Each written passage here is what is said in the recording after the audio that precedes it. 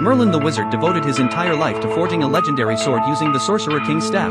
To maintain the balance of the world, he entrusted the weapon to the Lady of the Lake and cast a powerful spell. Only the true king could draw the sword from the stone. Fearing that a prophesied heir might rise and threaten his rule, the tyrant king ordered a nationwide roundup of all young men to undergo the sword drawing test. Among those brought to the site was Arthur. Unwilling to waste time, he pushed his way to the front. At the signal of the black-armored general, Beckham, Arthur slowly climbed the stone steps. Just then, an oddly familiar feeling surged through him. He reached out and gripped the hilt with one hand, and to his shock, the sword responded instantly. Before Arthur could make sense of it, Beckham urged him to grab the sword with both hands and get it over with so everyone could move on. Sensing danger but seeing no way out, Arthur placed both hands on the hilt and pulled. In that instant, a surge of raw power erupted. As the blade slid free, the ground trembled violently, so much so that even the tyrant, miles away, felt the disturbance. Before the stunned crowd, Arthur wrenched the sword from the stone.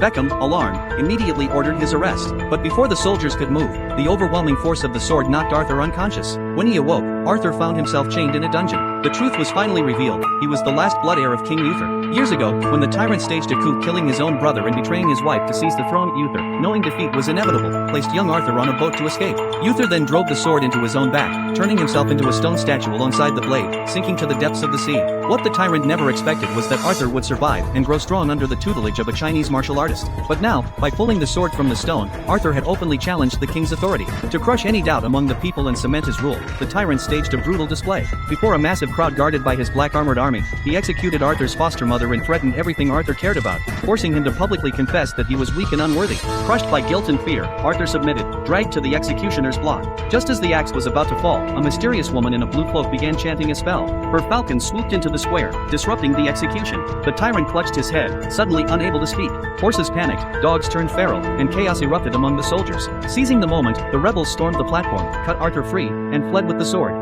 The blue-cloaked mage leapt from the cliff with them, vanishing into the mist as the black-armored troops halted at the precipice. After a grueling escape, they reached the rebels' hidden stronghold. Since the day the tyrant usurped the throne, his cruelty had driven Uther's former allies into hiding, waging a hopeless guerrilla war. Now, word of Arthur drawing the sword spread like wildfire across the realm. If he took a stand, the oppressed masses would rally behind him. But Arthur, overwhelmed, wanted nothing more than an ordinary life. His reluctance enraged his would-be allies, one even slapped him in frustration, yet Arthur stood firm. He had no intention of leading a rebellion. When pressed to train with the sword, Arthur grabbed the hilt defensively. The moment light flared from the blade, childhood nightmares surged back, visions of his father's death. Unable to face those memories, Arthur collapsed again. Desperate, the mage entered his dreams and uncovered the truth. As a child, Arthur had watched his father die before his eyes. Every time he touched the sword, guilt consumed him, blaming himself for being powerless to save Uther. He had been running from that pain ever since. There was only one way forward. The mage proposed sending Arthur into the Darklands, a deadly trial where he would confront his fears, defeat the weakness within, and unlock the true power of the sword.